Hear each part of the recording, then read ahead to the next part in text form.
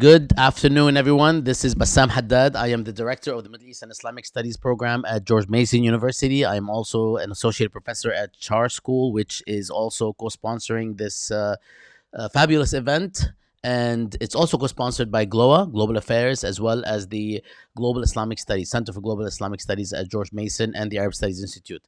We are very happy, excited, and fired up to learn more about the Algerian uprising, which is one of the recent developments compared to the earlier Arab uprisings from 2010.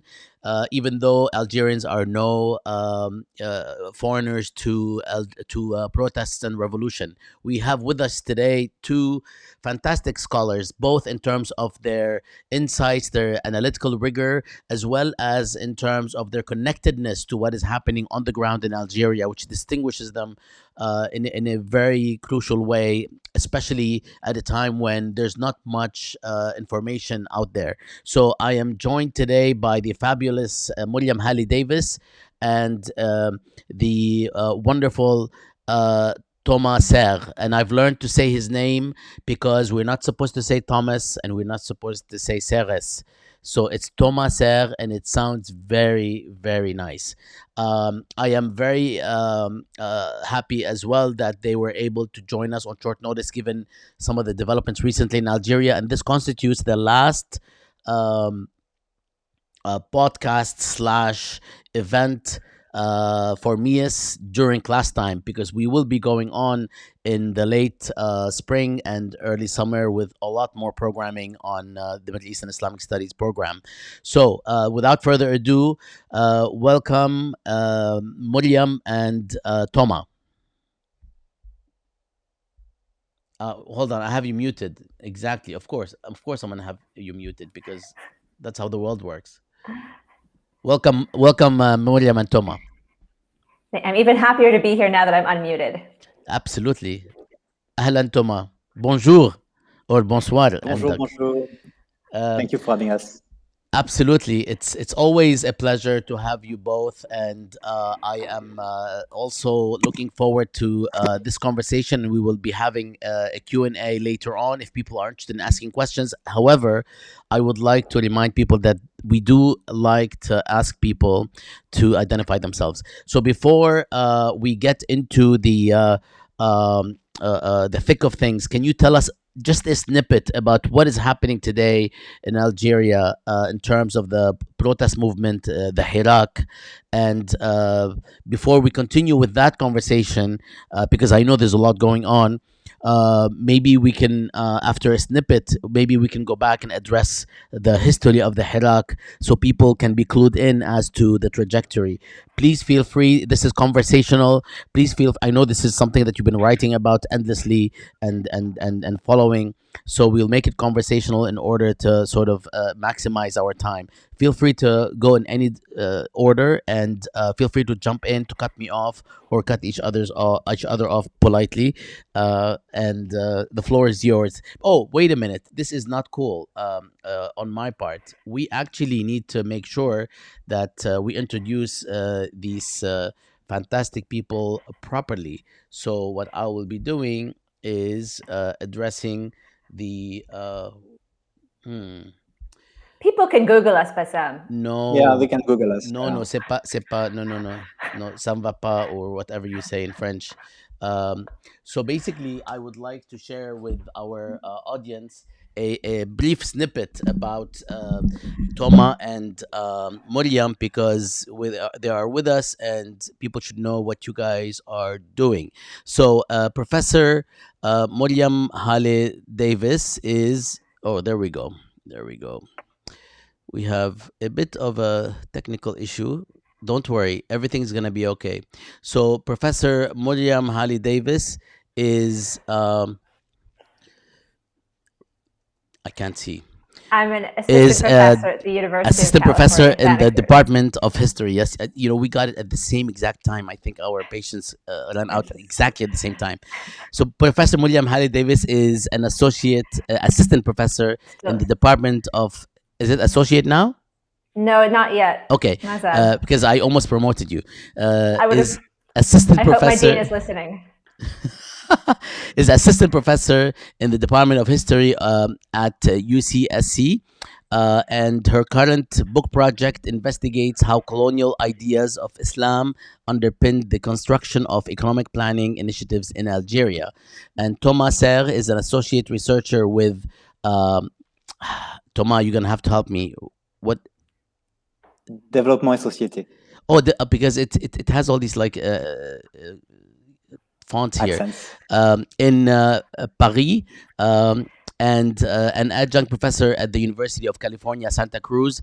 And I must say again that they have been following this these unfolding events with a lot of intensity and closeness. And there's a lot that I can share about them. They are also co-editors of the Maghreb page on Jadaliyya and have been extremely prolific in the past couple of years. So I'll leave the question out there that I shared, and we await your responses. Thomas, do you want to start? Should I go, Muriam? Go ahead. Yeah, I can do that. As far as the situation in Algeria as we speak, I think that it can be summarized quite simply in with 3 points. First, and quite naturally, given the usual practices of the Algerian regime, they have scheduled legislative elections for the month of June, which will allow them to co-opt a new generation of politicians to replace, if everything goes well, those who were definitely discredited by the Hirak. So this is one first element to keep in mind, that these elections create some kind of strategic conundrum for opponents. Do you go there? Do you participate in these elections? Even if the electoral process itself is profoundly discredited, because there is this possibility of renewal. So do you want to be part of the new National Assembly? Do you want to gain political leverage? Now, the political field in Algeria is divided. You have opponents who refuse to participate in these elections, mostly political parties on the left who have rejected this process. And you also have political parties, mostly liberal or Islamo-conservative, I would say, who belong to the opposition in a broad sense, who will participate in these elections. So this is one first point, an opportunity for the regime to renew its political face and to regain some kind of political legitimacy, even if the problem inherent to these elections is that the participation will likely be extremely low, the voter turnout. The second point is that the Hirak turned 2 in February, so it's now a movement that is entering in its third year. It's continuing. You have a weekly protest, and these weekly protests are met with fierce repression, especially because of these elections, these upcoming elections, that create a tension, because it's another opportunity for the regime to regain some kind of legitimacy.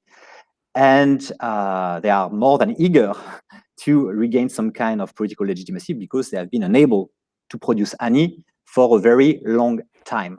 Therefore, those who are calling for a boycott, those who take part in the marches of the Hirak, are perceived as more than ever as a threat to the stability and security of the state. And last point that is important is, as far as I can tell, the economic situation of the country is deteriorating constantly, and this creates another layer of emergency, which is the economic emergency that complements the political emergency. So that would be my rapid overview.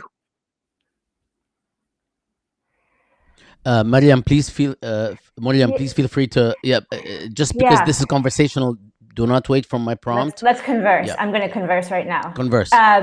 So, I mean, I appreciate what Thomas said about the temporality and the Hirak turning 2.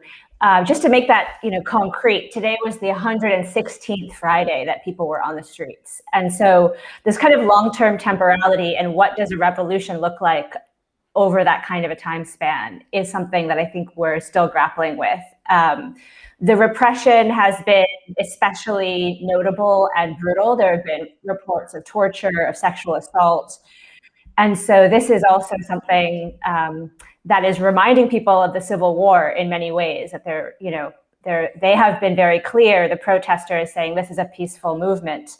The regime has made it clear that they're not going to abide by those rules. So those are a couple of the things that I think most of us watching are attentive to at the moment. Okay, at this point, as I asked you to be brief a little bit, just because I would like us to go back to the discussion of what is going on right now and what some of the prospects are. So many of us, even in Middle East studies, which is actually kind of like an important issue, even in the Arab world itself, have less information, just basic information as to what is happening in Algeria. I mean, I grew up in the region, right? And we studied the Algerian Revolution, so we know a lot more about the 50s and the 60s than about very much after that, except for Shab Khalid and the Algerian football debut in the, was it 82 when they beat 82. Germany? The infamous Yeah, we beat Germany. Yeah, that's rigged game between Germany and Austria. Yeah. awesome. So exactly, there's very little information. So if you don't mind, please feel free to go in any order. If you share with us a little bit about the trajectory of protests, because one of the things that we try to emphasize, whether in terms of our writing or in the classroom, first of all, is that protests in the region and uprisings are not new. It's not that people were dormant and then there is a spring, which is why I think the term spring is a misnomer. There's always been a trajectory of protest despite repression. So if you can share with us some of the history leading up to the to the Algerian uprisings, and why things didn't percolate earlier, given that the Tunisian uprising did spur some of the neighbors, even faraway neighbors, to sort of join the protests. Yeah, I mean, I'll maybe take a start with that in terms of, even the FLN as a political movement, which most of the people watching have probably read Frantz Fanon. They followed the Algerian Revolution. They've watched the Battle of Algiers.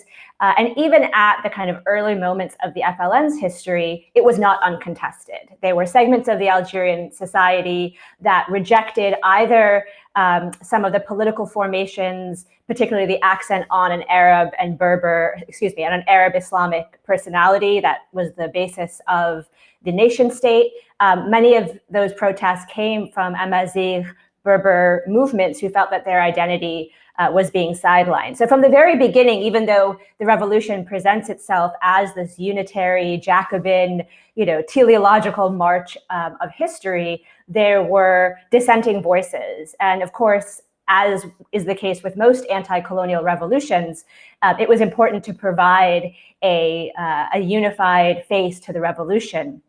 Even if, as soon as the country achieves independence, it almost slides into civil war with different factions, geographically rooted, politically rooted. I won't, get into the details of that. But in terms of protests to the FLN and their vision of a kind of one-party state early on, there's protests from the get-go. And indeed, as we've seen with the Hirak, the question of Berber identity has been, which the regime for a long time played off of as a threat, as undermining national unity, has really been embraced by most of the actors of the Hirak, saying, no, this is a part of our richness and diversity. And so that old game of divide and rule that had been successful, even though, of course, there are still some who say, the Hirak has been co-opted by those who want an independent Kabylia or separatists of the MAC. So I guess as the historian just wants to start by saying, even from the beginning and these glorious narratives of the FLN that we have, that was always a contested image of the nation state.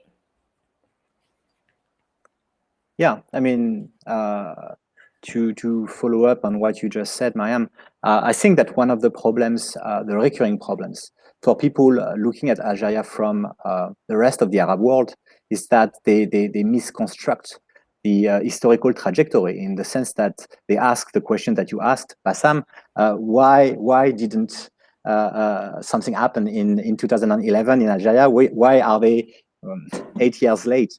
But the truth is, from the perspective of most Algerian activists, or even, by the way, people who support the regime, Algeria is more, let's say, 20 years early.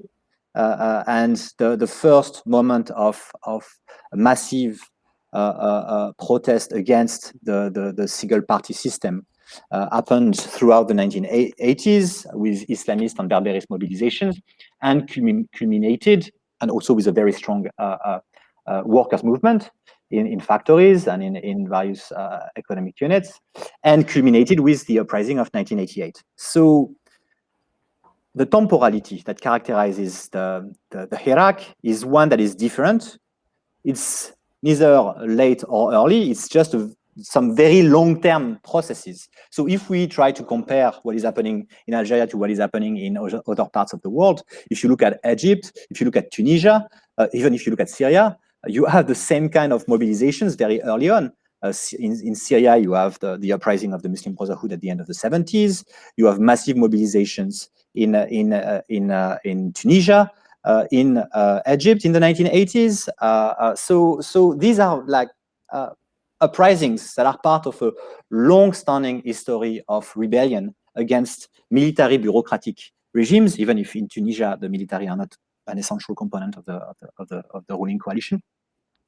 And so clearly, the 2011 or 2019 are not a break as much as a moment of revival of previous forms of protest in a different form, with different ideological commitments, or as some would say, without a clear ideology, but nonetheless, movements that are clearly part and parcels of a broader history of rebellion, which was interrupted in all of these cases by state violence, which brings us to something important in the Algerian case, the Dark Decade. The Dark Decade, which at so many levels derailed the trajectory of Algeria. Thank you very much. Can we talk a little bit about the question of the local internal movements, the specific movements themselves, and the internal politics that culminated in the emergence of mass protests recently in the past couple of years? Very little information is available, even for those who follow. We would like you to just clarify for us. Yeah. Bassam, we lost you. We lost you, yeah. But I think I can take the question. I think I got it. So since this is conversational, I'll converse once again. I mean, one of the questions about who the players are, I was looking back at an interview that I had done for Jadaliyya with Dahour Jourbal, a very prominent Algerian historian, back in 2012. And he told me negotiations between society and the state no longer follow the channels of official parties, right? And so I think one of the things that is difficult for many people looking to Algeria and wanting to know who the players are is that it doesn't get summed up at the level of political parties. And I think, I'd be curious, Thomas, to hear your thoughts on this.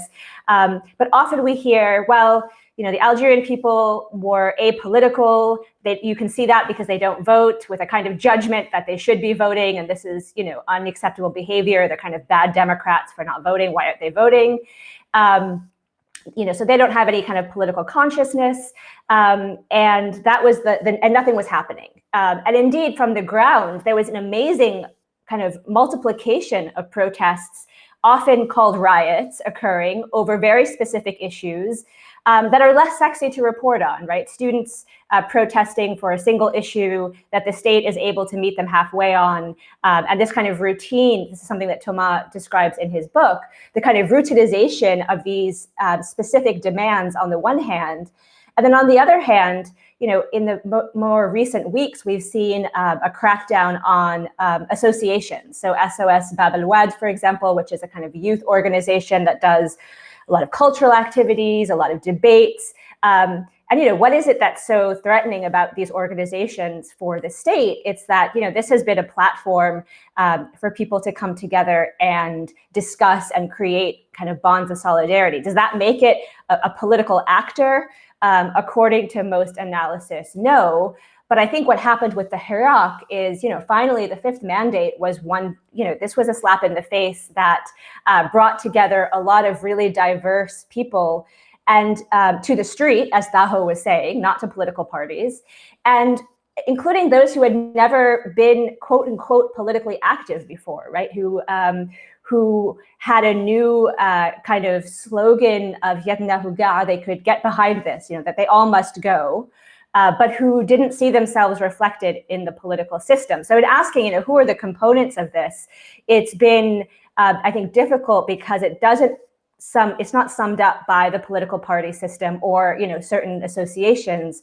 It's really been a mosaic of different actors in civil society, human rights group. The students have been an amazing presence. They have their own protests on Tuesdays that are now facing very intense repression. And I'd love to come back to why, the repression against these, these young people between the ages of 17 to 23 seems to be heating up. So, that's, I think, an unsatisfying answer that I'm not able to pinpoint, specific associations, but that I think is the political field in Algeria at the moment.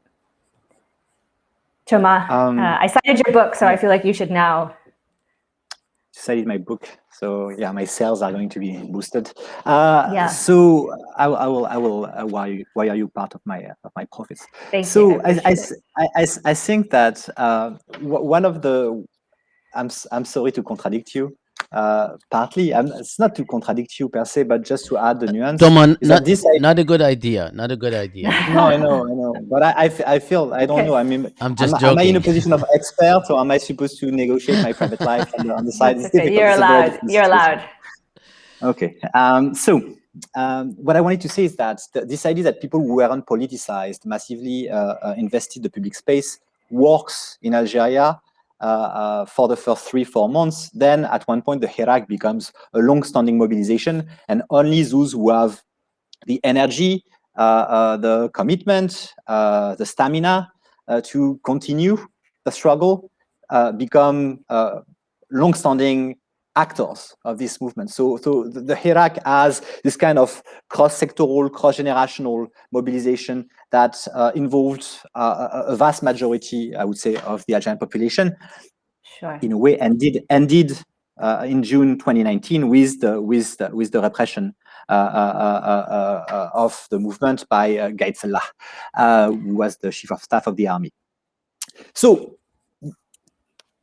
there is clearly, and what you said was absolutely right, in terms of trying to find political parties or political actors who are leading the movement, this doesn't exist. There is an infrastructure of social movements that existed before that, as you mentioned, were notoriously active in autonomous trade unions, groups for the defense of human rights, youth groups such as SOS Bab el Wad or Raj, even if SOS Bab el Wad was not technically, before the Hirak, a very politicized movement. Raj was a much more politicized movement, but directed toward the youth. But at the very same time, and what is interesting with the second phase of the Hirak, that of the long-standing struggle after the beginning of this massive state repression, following the orders of the military leadership and Gaid Salah in particular, is that movements, political movements, who are not per se political parties, created before the Hirak, have been able to become prominent players in the movement precisely because they are not political parties. Political parties are profoundly discredited in Algeria. It seems very difficult for a political party at this point in the history of the country to claim any kind of legitimacy. Even for the FLN, even for the FFS, which is the oldest opposition party in Algeria, even for the MSP, which is technically the most powerful Islamist, quote-unquote, party in Algeria, these movements are profoundly discredited. But you have political movements that claim to be non-ideological and that focus on regime change and fostering convergence that have become increasingly present in the movement that were created either in the mid-2000s, such as Rashad, Harakat Rashad, which is a movement created by former members of the FIS, human rights activists, defectors of the Algerian state, or another movement that is playing its role currently is Ibtikar, created in the late 2010s, I don't remember, 14, 15 maybe. Yeah, I want to jump in here, Thomas. Thank you for pointing out that we should think about the different sections of the Hirak, and also just to remind people who maybe haven't been following this as closely that at one point Tebboune tries to say, there was the good Hirak, the Hirak Beni, that's over, and now this is the bad Hirak, right? So the co-option goes so far as Tebboune himself saying, that was acceptable, it did its job, but now it really should be over. And the other thing I wanted to, sorry to cut you off, to mention is that the role of Rashad, for those who are watching and might not know, has been extremely controversial. This has been all over newspapers, talking with activist friends, to what extent Rashad should be allowed to play a role and the role of the diaspora. So I just wanted to flag that, Thomas, but please go ahead for people who might not be aware of how charged that discussion is at the moment. No, that's a very important point. You're absolutely right to emphasize the fact that Rashad is at this point in the movement probably one of the most vilified actors, portrayed by the regime, but also by some opponents as a kind of neo-Islamic Salvation Front, some kind of almost terrorist entity financed by Turkey. Some kind of demonic mix of Islamic fundamentalism and I would say anti-national expatriates, and clearly the fact that Rashad is an important part of the Hirak doesn't necessarily means that it creates convergence. It's one of the main issues at this point for the movement is that probably the movement that is the most organized, the more able to formulate an idea, to communicate and to be active from abroad, but also in Algeria, is also one that creates a lot of fear, a lot of suspicion, because Rashad, even if they don't want it, even if the members of this movement do not necessarily see themselves as Islamists, are systematically framed as Islamists who endanger the country and who endanger the civil liberties of the people. So that's an important element to keep in mind for sure. But I want to add that members of the movement Rashad are, for many of them, were not actively part of the Islamic Salvation Front, and also many of them are former human rights activists. So the fact that this movement has been systematically framed as a neo-FIS is a construction of the regime, and it's fairly convenient for the Algerian regime to find some kind of new nemesis. Because since they are not able to produce legitimacy, the only thing that they can do is to produce massively illegitimacy. So Algeria at this point is like reverse democracy. It's reverse democracy. You just produce massively illegitimacy because there is no institutional framework to produce political credibility.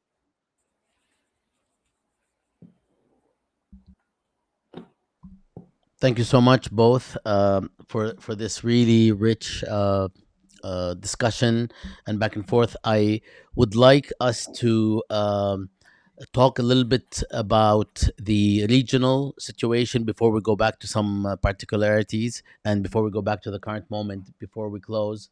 Um, if you can tell us a little bit about the relationship between Algeria and its neighbors in relation to the uprisings, to protests, and to general developments and processes, uh, broadly speaking. So, we speak about the region in terms of subregions sometimes. For instance, the Arabian Peninsula includes the Arab Gulf countries for the most part. People speak of the Levant or the Fertile Crescent, or Bilad al-Sham, what have you. I mean, there are different connotations for these terms. And then Egypt and Sudan, or Egypt is sort of like you know addressed by itself for the most part. But then there's North Africa, Al Maghreb. So to what extent did the past 10 years or the past few years change, construct or reconstruct that notion of the Maghreb in terms of the ability or the actual influence of these countries on each other in terms of their politics, their mass mobilization, and what have you. If you can just shed some light on that, that would be wonderful. And feel free to do some historical comparison. Tama, why don't you start with that? Yeah. What I witnessed in 2011 and 12 was an attempt by activists in Algeria to establish some kind of cooperation with Tunisian revolutionaries. And there was clearly an attempt to organize meetings, to organize conferences, but it was rapidly identified by the regime as a major threat.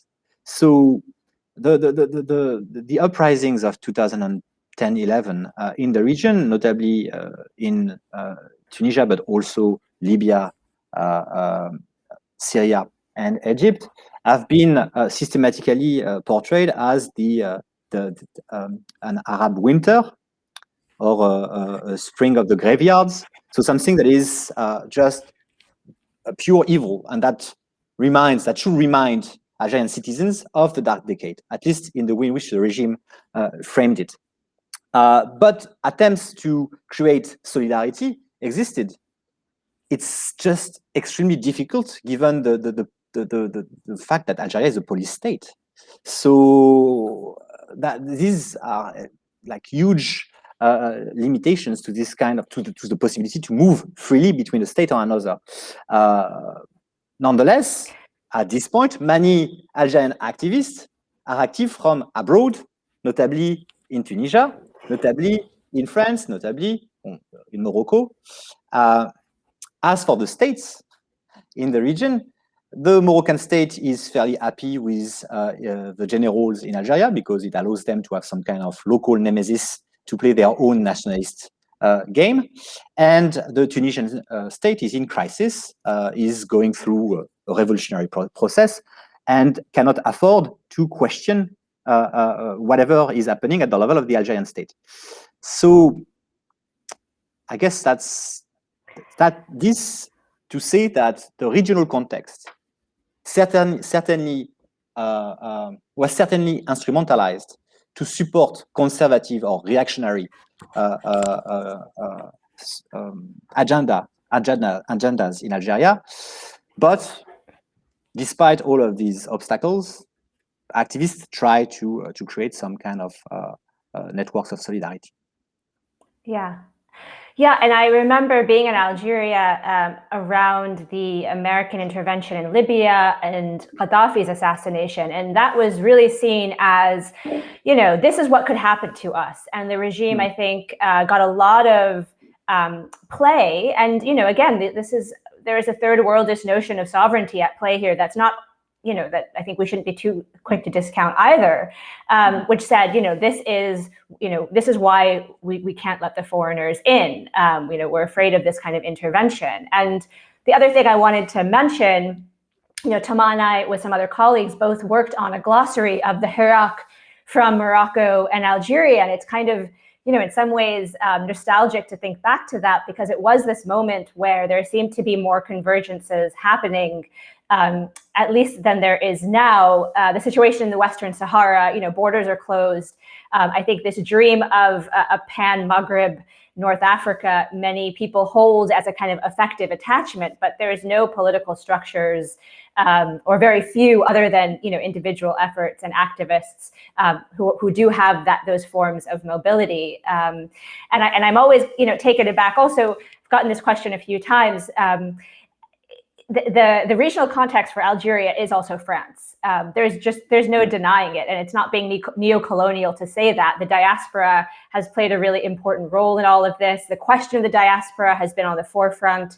At one point, the state threatened to take away the passports of people who are binational. There have been, Algerians stuck in France who can't get back to Algeria because borders are closed. So the regional context is, of course, the Maghreb, and that's shifting for different geopolitical reasons and historical structures that make this a difficult kind of solidarity to really blossom. But also the question of the diaspora, particularly in France and further afield. I mean, not only in France. France, the UK, and Switzerland, which are the place where most political opponents live. Places. Folks, I mean, Muriam, you stole my last question. My last question, not my last question, my next question, I should say, on the glossary, which you mentioned. But if you can say a little bit more on that and where it appeared and how people can access it, that would be great, because it's one of the things that will, it's a window into some of the more local and sometimes some of the most meaningful aspects of an event that gets lost in this big politics conversation and discourse. Yeah, I'd love to talk more about that. And, that is something that came out as a handout that I was giving my students in class to help them understand what was happening in Algeria. And I just thought this has been so fun. And we collaborated, with colleagues on that. So I believe if you Google Hirak Glossary on Jadaliyya, it should come up. It was a 2-part series. And our idea was to think about protest terms and also to give some attention to the diaglossia, the linguistic diaglossia at work, as you see, Fusha, Darija, French, Spanish, English, all coming together in these phrases. And one of, I think, the amazing things about the Hirak has also been a kind of reappropriation and a new sense of pride in Algerian Arabic, and saying, which has often been denigrated, which has often been a kind of symbol of, you would hear Algerians are illiterate in both languages. I mean, there was a real denigration of Algeria's linguistic life, both, from in France, but also other countries in the Middle East. And of course, one of the most iconic videos now is a young man being interviewed on Sky News, and the interviewer keeps saying "بالعربية بالعربية," and he basically says "هذه العربية نتاعنا." I don't. Like he basically says, I don't speak your Arabic. This is the way I speak Arabic. Please stop disciplining the way I speak in public. And he's the one who came up with the slogan, Nahuga, which has become the kind of trademark of the Hirak. So, the question of language has always been central to Algerian nationalism. And for me, at least, the glossary was one way of thinking about that, and giving people, who perhaps aren't following things, I think also an insight into some of the reoccurring symbols like, Balad Miki or other, other very specific tropes of protest. And Toma can probably say something about the link with football and supporters. Please, yes. At the Ultras stadium. Anything about football? Actually, football. I have nothing to say about Algerian football at this point, because my team was beaten by an Algerian, Riyad Mahrez, just killed the PSG. So I'm going to boycott Algerian footballers for now. He doesn't mean that. He doesn't mean that. Just to make sure the audience knows, we're talking about the real football, not the football that they talk about in the United States that you actually play with your hands, like the actual football that you play with your feet. Yeah. Exactly, like real football. But I wanted to say something about slogans in the sense that even if these slogans are in Arabic, they express ideas that are not necessarily specific to the region. So when a key slogan in the Hirak is Dawla Madaniya Mashi Iskaria, it's very clear. It's not something that is like specifically Arab. People want a civil state, not a military state. It has been a key component of political mobilization in Algeria for more than 60 years. And it will continue to be an essential component in the Algerian political life as long as the military do not retreat from political life. And the problem is that this slogan, very simple, that makes a lot of sense, is manipulated by those who say if you don't want the army to be involved in politics, then you're against the army. But nobody is against the army in Algeria. The army is a legitimate organization because of its legacy, of its revolutionary legacy. And there is a lot of respect for the army as the heir of the ILN. Nonetheless, when people say Dawla Madaniya Mashi Iskaria, they just ask for the military to do their job. Right. That's very simple. And just to, one of something the that we can early understand. slogans was indeed Shab Jeish Khawa Khawa from, right, this was one of the early iterations, and Ghaid Salam al Khawana, the notion that, you know, he's the traitor, but the people and the army, this is a popular army. So that's an important point. But nonetheless, something that we can add is that while at the beginning this notion of the people and the army being together was essential, the more this situation of political crisis continues, the more the ruling coalition refuses to pay attention to the very legitimate demands of its citizens. The more the slogans become radical, and you have people saying Mukhabarat Irhabiya, accusing literally the intelligence services of being murderers, terrorists, people who are criminals and should be criminalized and punished. And this was not part of the agenda at the beginning. So there is a radicalization, and what is problematic is that the military have been very wary of having their position questioned, historical, political, and economic, questioned by the Hirak. But if they continue to systematically prevent any kind of reform by supporting a bureaucratic and political elite that is purely illegitimate, well, they will just undermine the reputation of the army. They will just further fuel claims and slogans that attack directly the security services. And that's the worst case scenario. Nobody wants that in Algeria. And that's something that we need to emphasize. The security services in Algeria do not want violence. Technically, they do not want mass violence. The people doesn't want mass violence. So there needs to be some kind of settlement at one point. And what we see at this point is just the regime continuing in doing the same thing again and again without paying any attention or paying any respect to its population, and reproducing the same kind of massive illegitimacy. And that's, I think, is quite worrying. I want to be optimistic, but at one point when after 2 years and a half of peaceful protest, the same military leaders do not pay attention to very simple claims, well, they fuel radicalism. And no, people are calling them terrorists in the streets. So that's a problem.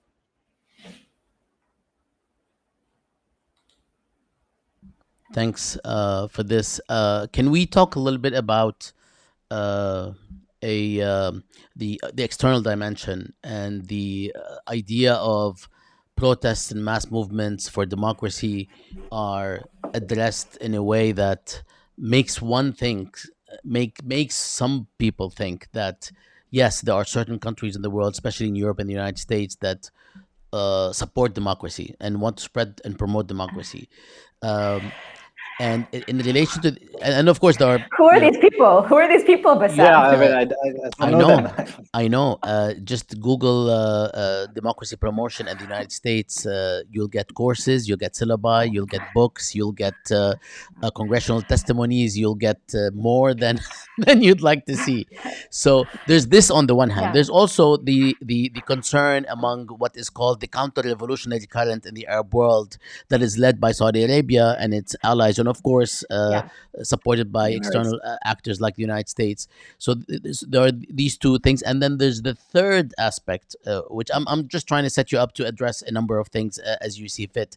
There's the third aspect, which is local, and it addresses the question of foreign support, whereby we've seen, and I've personally seen, and have learned through your discussions, but I've seen yaftat or signs during the protest that basically amount to saying to the external world, just keep out. We're good, because they've learned from the experiences of other uprisings, Syria and beyond.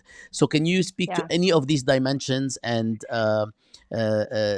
just share with us something about this external dimension? And one last thing, maybe that's a fourth dimension I should have added, the question of energy resources. I mean, Algeria is relatively rich with gas and other energy resources, and in that situation in Libya, it actually spurred NATO to intervene, as if they intervened, for the sake of all sorts of, humanitarian things. But had there not been oil in Libya, I'm not sure if the excitement would have been there. How does this factor play in Algeria? Why is it that we don't hear very much about that factor as an attraction to external involvement? I mean, I'll just say something very quick, and then Thomas give you the symbolic microphone. But I mean, I think there is a bit of a catch-22. You're absolutely right. A lot of the slogans have been, about Gulf countries staying out, Saudi stay out, the U.S. stay out, and also, Macron, who has sided with Tebboune insofar as congratulating him. This is really, at a protest that Thomas and I were both at, a Hirak protest in Paris, people were saying France is a neo-colonial power. They're using us for access to the Sahel and this counterterrorism program, and this is a neo-colonial relationship that's still going on. So that is certainly at the forefront of their minds. At the same time, what do you do after 116 weeks when the international community doesn't seem to care, international media doesn't seem to care, and there's no political forces realigning on the ground? And so, I think, at least in talking to friends and activists, they want people to pay attention abroad, and they're right to. This has been an incredibly difficult and tenacious struggle they have led. At the same time, they are rightfully wary of people taking too much interest abroad for precisely the reasons you mentioned. There's a catch-22 about what does it take to rearrange a balance of power without international attention, and things. Groups like I believe it was Amnesty International had a report about torture and the crackdown on journalists, and those kinds of signs of credibility for the Hirak are important, even if there is also this notion that this is an internal issue, stay out of our business. So that's one thing that I've been thinking about. Yeah, no, there is clearly this rejection of foreign interference makes a lot of sense. I mean, who would invite France or the US to intervene militarily in their country? That sounds like the worst idea ever. So obviously, from this perspective, there is a consensus across the spectrum. Nobody in Algeria will ever call for an external intervention. Because of history, but also because of examples across the region and beyond. That makes perfect sense.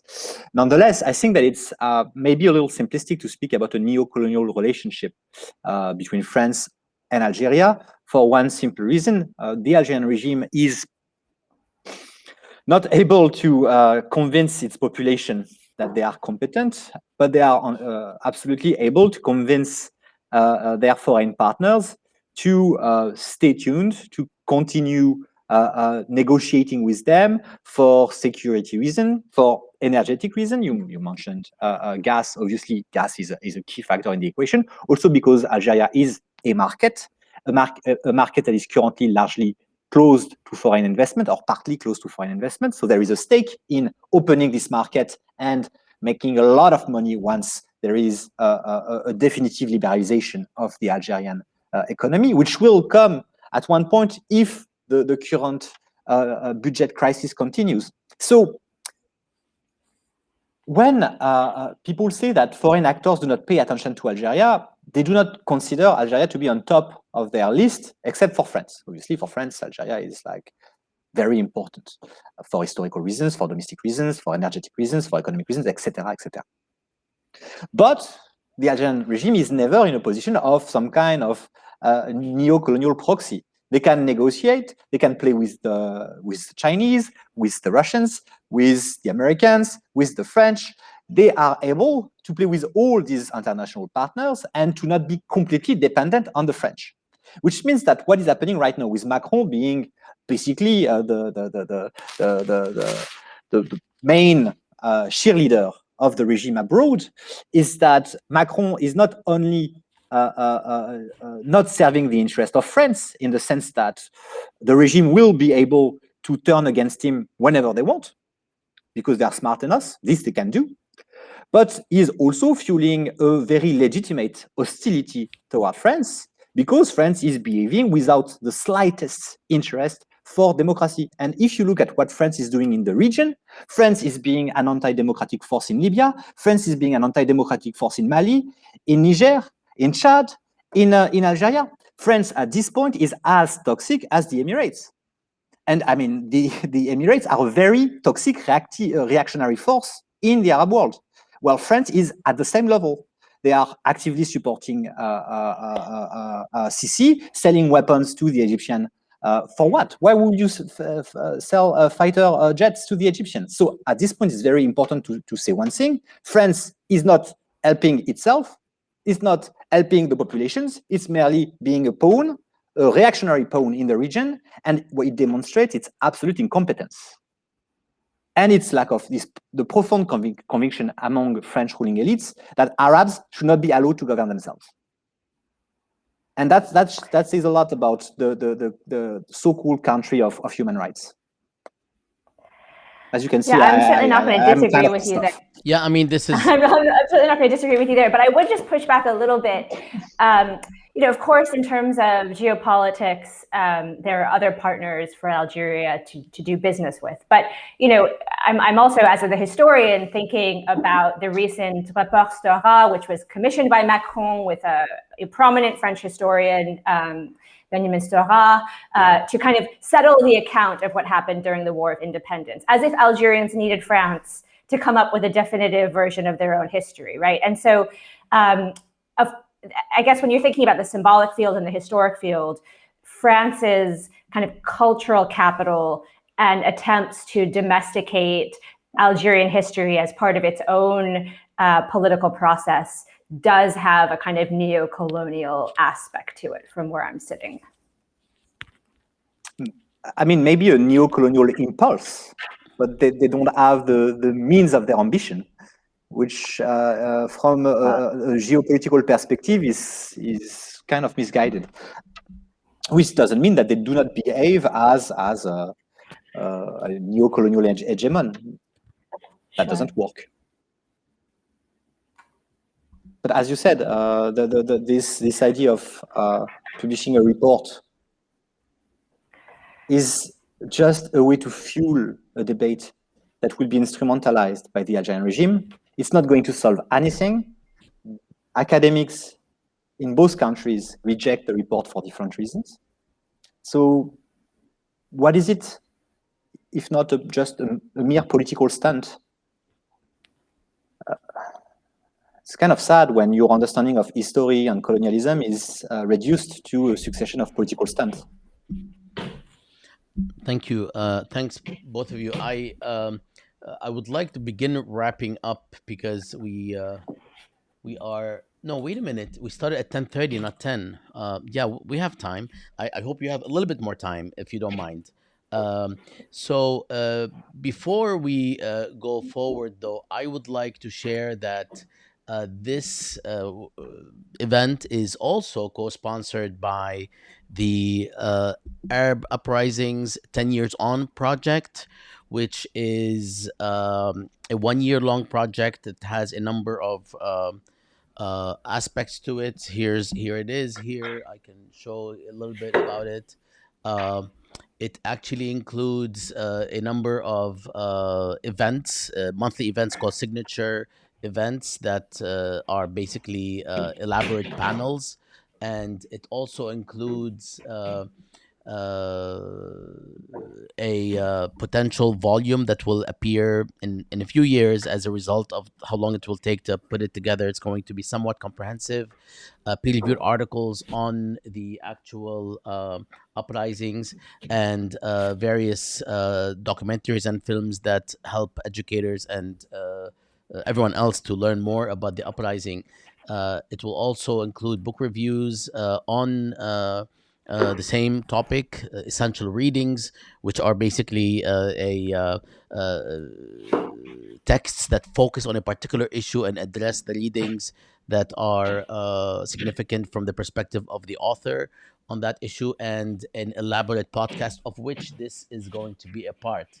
And of course, this is a project. I shouldn't be saying of course, but this is a project that is produced or co-produced by MESP, Middle East Studies Pedagogy Initiative, and is or has the Middle East and Islamic Studies program at George Mason as its co-sponsor as well, a major co-sponsor with 17 other research institutions from all over the United States, Europe, and the Middle East. So if you'd like to learn more, please visit the arabuprisings.org, the arabuprisings.org with an S, so that we can, you can get more information and follow the different aspects of the project, including the monthly panels and other panels that are happening between these major panels. One of them is this one, Yeah. actually. So sorry for taking that moment, but I wanted to share that this is what we're doing, and we're addressing basically the entire region. Yeah. Did you want to say something? No, I was just going to say how wonderful the events have been. Yes. So, Do you want to address anything that you actually, but actually you participated in a couple of these? Do you want to address anything that you felt is distinctly powerful? well, I think, that a lot of us who have been involved around Jadaliyya and different projects have been experiencing the post 2010, 2011 moment together in many ways, reading each other's works, editing together, hanging out together. And so I think this has been a really powerful way for us to formalize some of these discussions. And certainly the panel that I was on with Rosie Bashir and Shireen Saitli was really wonderful and felt cathartic for those on it. And I hope, the listeners enjoyed as well. But yeah, it's been a really nice kind of way of taking stock of where we are after a difficult year that, everybody's had. Thank you. And Toma also participated. Actually, a good number of scholars from all over have participated, since we've had quite a few events. Uh, so before we close, or maybe even turn to a couple of questions which might actually be lingering online, can I ask you something that is kind of like a not a surprise, but something that I didn't prep you for? So feel free to pass. However, can you share with us um, just a snippet, just a little bit, about how you, as educators in the classroom, how you might begin introducing students who are undergraduate students, for instance, not students who know the region well, and so on. How might you introduce students to the Algerian uprising, and in the context of the broader Arab uprisings? But if you can just share any pedagogical comments that would assist either a layperson or an educator in in figuring out how to communicate the story, that would be great. So, two things that I found with my wonderful students at UCSC, and we have really great engaged students, is one is just thinking about the imaginary of revolution and what an important place Algeria has held in that. I'm of course biased because I work on the Algerian Revolution, the first one. So, what I think, when they find out that Fanon was writing The Wretched of the Earth in Algeria, and that the Black Panthers then pick this up as the Bible of decolonization, or reading accounts of the Black Panthers in Algiers. There's a wonderful book by Elaine Mokhtafi, very easy to read. And it's bringing it back to touchstones that they understand. But that's important also in reminding them, I think, that revolution was an international vision. This was not about the Middle East had its revolution and Black liberation in the US had its revolution. So that's one thing that I've found useful. I often show the clip I just spoke about, where there is this interview with the young man who, and I think students really respond both to the notion that their generation has been sidelined and told systematically that they're not political, right? And yet they are getting the worst end of so many deals in the US. Like, that really resonates with them. And it also resonates, being kind of talked down to in terms of cultural codes, that this isn't the politics of respectability one is supposed to have. And so from there, then, you can think about why things are different between Algeria and Tunisia, between Algeria and Egypt. And it's really important, I think, not to collapse Algeria into this. And I know, we don't, most of us don't use the term Arab Spring anymore, but the Arab uprisings, I think there is a kind of hegemonic discourse around them. And Algeria is actually great for undermining that and saying, look at all the diversity and different timelines of revolution. One second, Toma, before you answer, because I know you have a lot to say, because I've heard you speak on pedagogy and the Algerian uprising. Do you mind, Muriam, as Toma is sharing with us his viewpoints, do you mind doing something which is sharing with me, if it's okay with you, and if it's not copyrighted, and if the CIA and the IRS and the Gestapo is not going to come after us?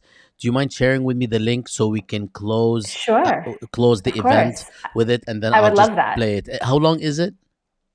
It's about a minute. Oh, okay. So maybe I can also play it. So please, if you don't mind, you can text it to me or email it, and I'll just queue it up if that's okay. Sorry, Toma, for interrupting. No, I didn't have much to say because I already intervened on this topic. But I just want to add that it is true that showing football fans in stadiums being political, and being political before the Hirak, being political in 2018, 2017, shows that these kind of uprisings are not spontaneous. They are not like some kind of magical thing that results from the sudden awakening of a nation. They are the product of long-standing dynamics and efforts to produce contentious discourses. So, I mean, in class, I really try to show, to introduce various resources, clips, songs, movies that illustrate the long-standing struggle of the Algerian people for freedom and dignity. So that's something that I do. And since I teach this class on Algeria, I also speak about Egypt, Tunisia, and Syria a lot. I do the same thing for all of these countries, and I try to show that this is actually one long-standing revolutionary effort that can be traced back to the 1950s and decolonization. And that's important for our students to keep that in mind. I'm really sorry, I'm not pulling up the correct link of the video. I don't know if it was taken down, but I can keep working on that. No problem. I have one more thing to ask, and that is something that you both touched on a little bit. But if we would like to look at visuals that deal with the Algerian uprisings, whether it is memes, I did say Mimi a couple of days ago, and that was very embarrassing. Memes, graffiti, documentaries, film, video, or interviews, podcasts, what have you. Are there a few items that you would suggest, because they would really be a great way for, I mean, I'm also being selfish here because I also talk about the Algerian uprisings, and I as an educator as well would like to sort of have this entry point that is visual, because it really makes things um, come to life before we or as we are assigning text. And I know that we can potentially go back to the Battle of Algiers, but if you have any words on this, that would be great. Thomas, You yeah. want to say something, right?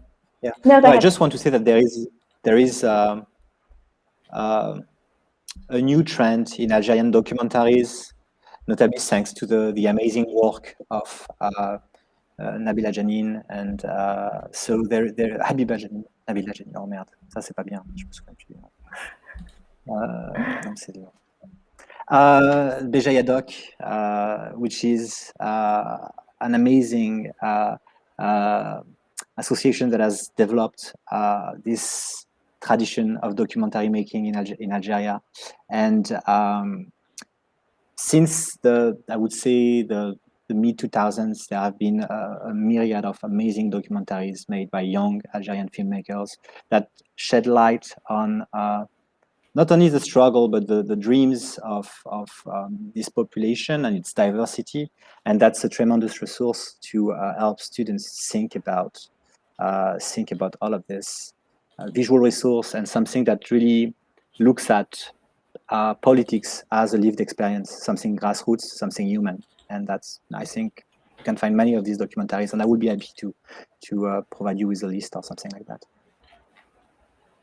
Yeah. Yes, actually, if you don't mind sending me, no big rush, but we could actually include them in the final version of this post, and we can also put them on the Facebook live feed even later on today. So I would appreciate it, including the interview, Muriam. If you can't find it, that's totally fine. Yeah, and I did just find that link. So should I put it in the chat for this?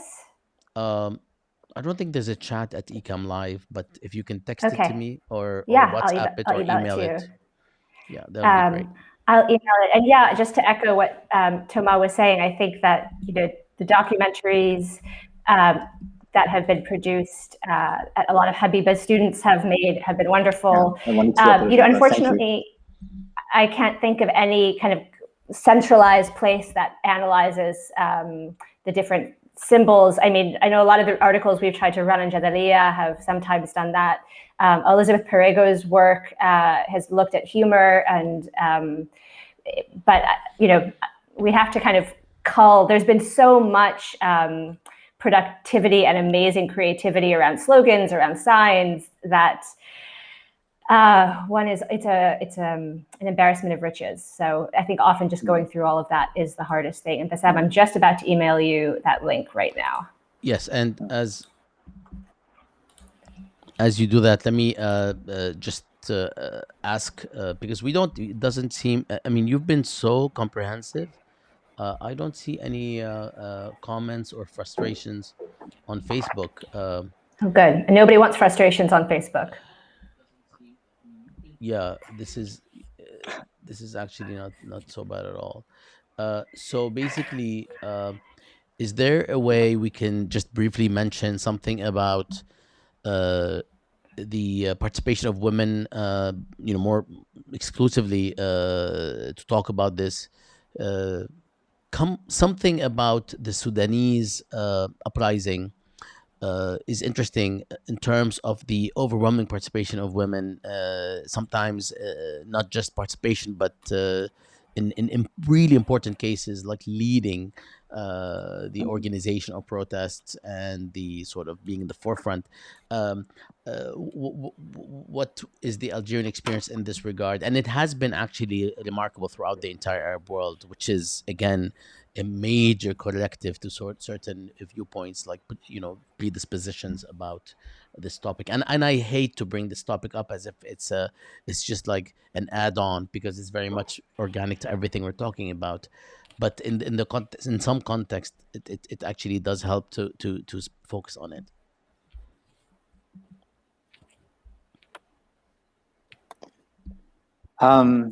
For what I can say that there has been a feminist carré in the protest early on in the Hirak in Algiers.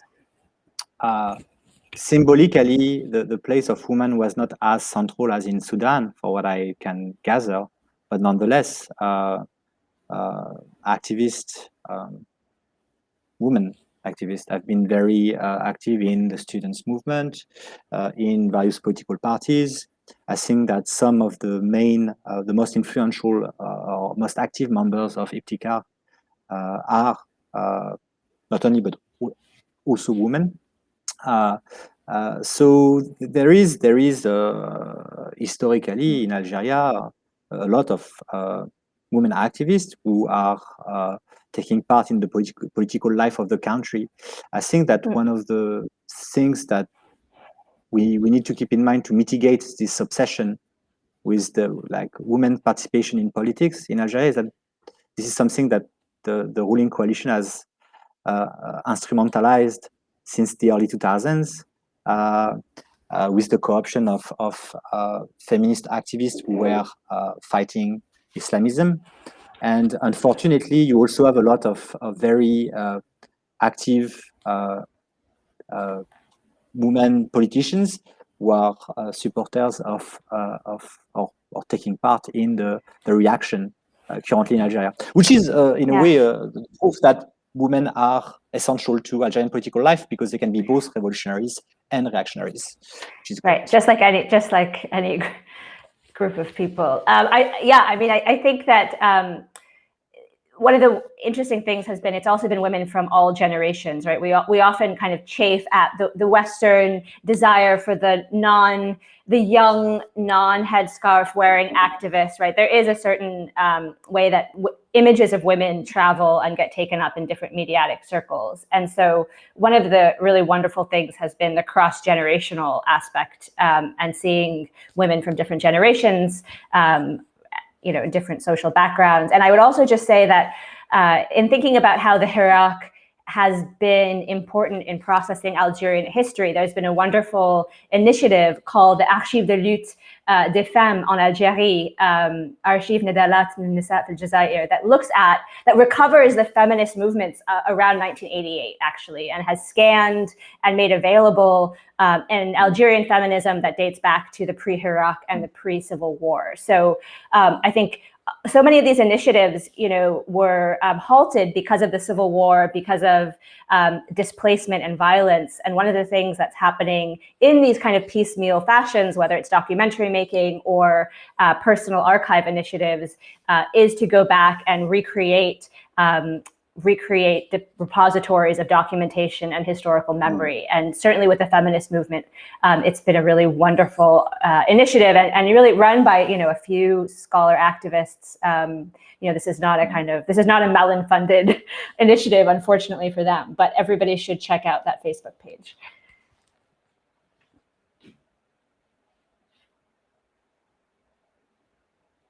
Thank you about that. This is really important, and it's something that, of course, there's been quite a few articles and books on for all the experiences throughout the Arab world. So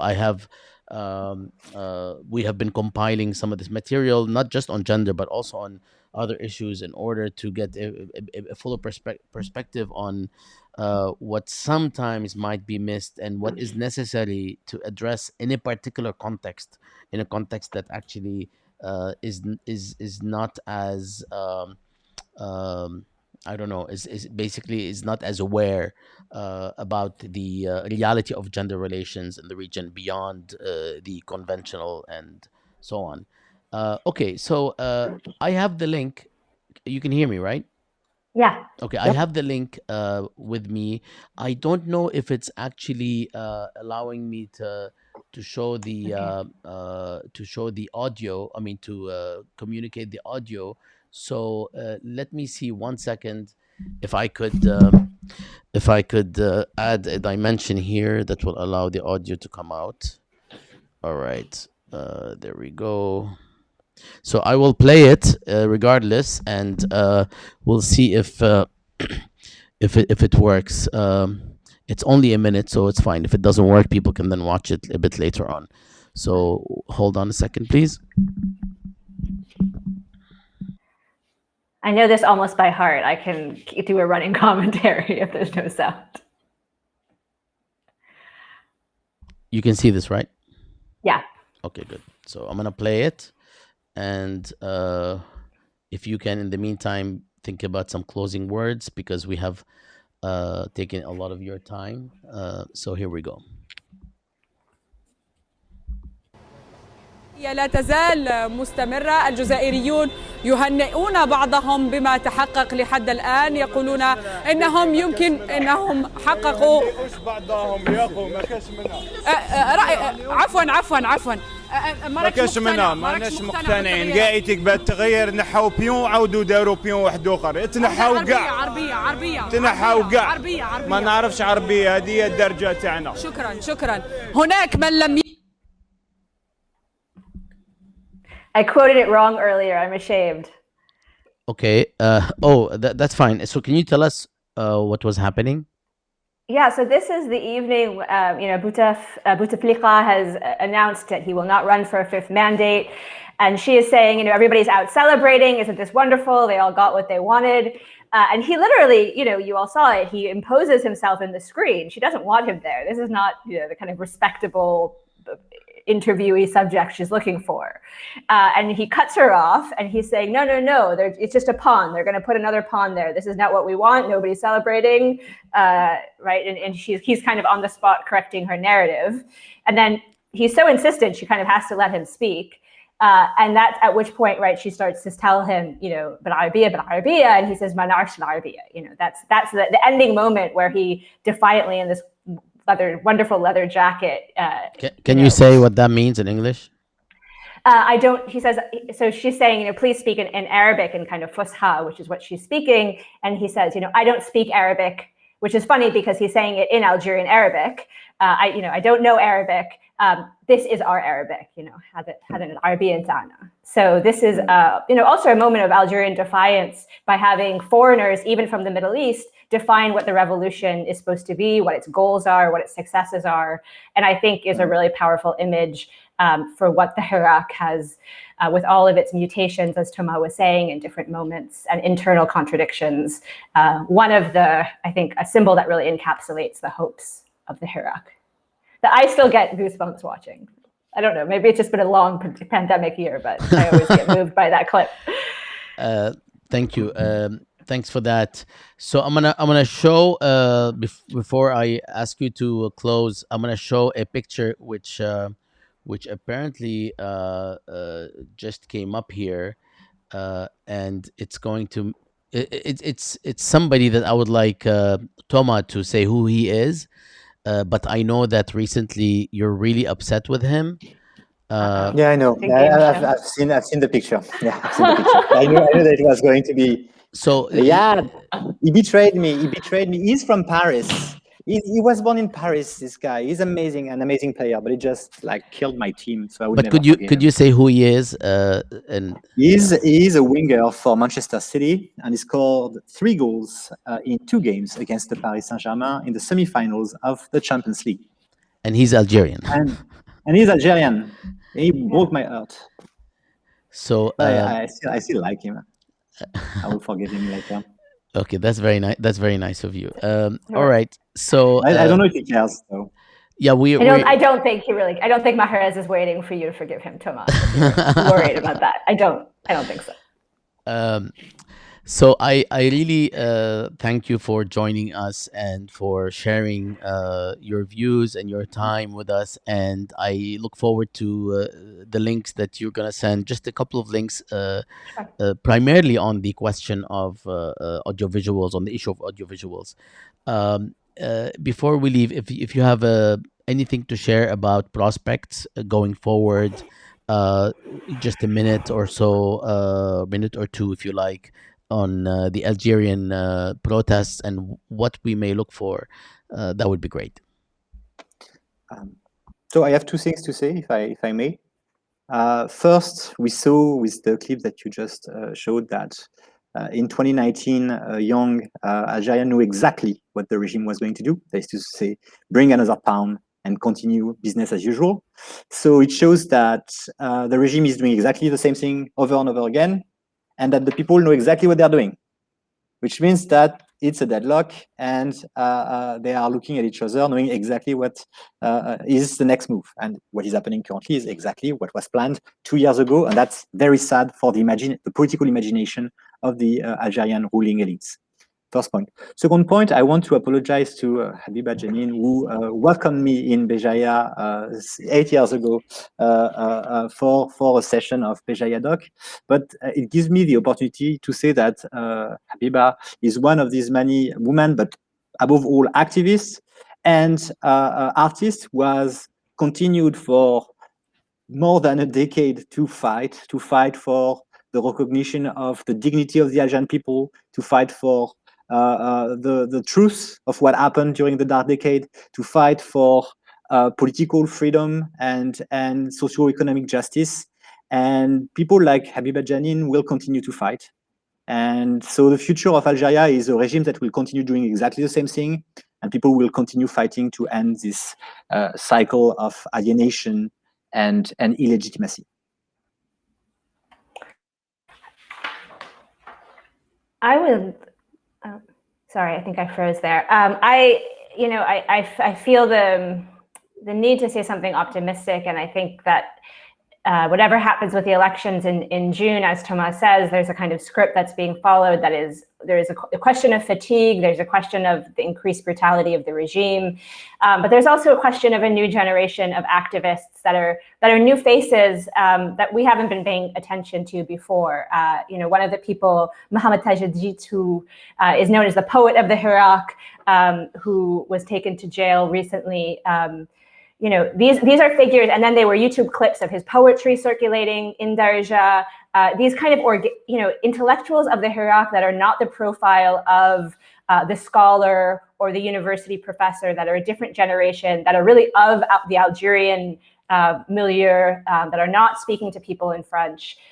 This gives, there's just a lot of hope in terms of what's happened over the last 3 years. And so I wouldn't want to take that away from the, people who've been taking to the streets and organizing for a long time with the kind of political stalemate of the moment, but it is there. So I'm not exactly sure how else to close. But for those of us watching this really closely, I think we just feel a lot of admiration and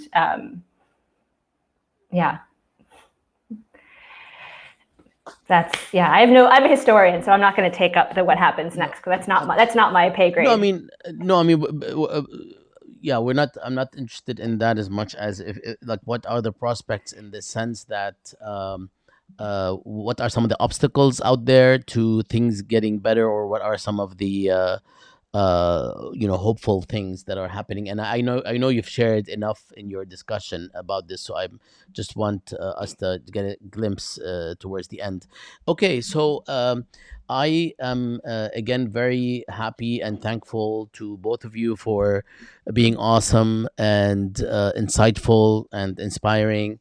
And we will always be calling upon you and others who study and research and write about and frequent North Africa in order to bring it into the fold in a much more organic way, so that we stop saying what I keep saying as a disclaimer, that we seem to know a lot more about other parts of the region. So thank you so much, folks. And I hope to keep connecting with you, even face to face when the time permits. And and we should all be checking Mahraz's Twitter account to see if he's been following this discussion. Yeah, I think Mahrez already tweeted that he was disappointed that Thomas is disappointed in him, especially that we'll work it out. They'll work it out. He can come to Paris Saint-Germain if you want. I will welcome him. Well, you guys are going to lose Mbappe, it looks like, and Neymar is not happy. I don't know, Thomas. So we'll see. There's talk of Messi, but I don't believe it. Let's focus on Algeria. I know. Let's focus on Riyadh. Chelsea, who might actually win the Champions League. What is this? Let's focus on Riyadh Mahrez. Okay. Ciao, everyone. Thank you so much, folks. Bye bye. Au revoir. Au revoir.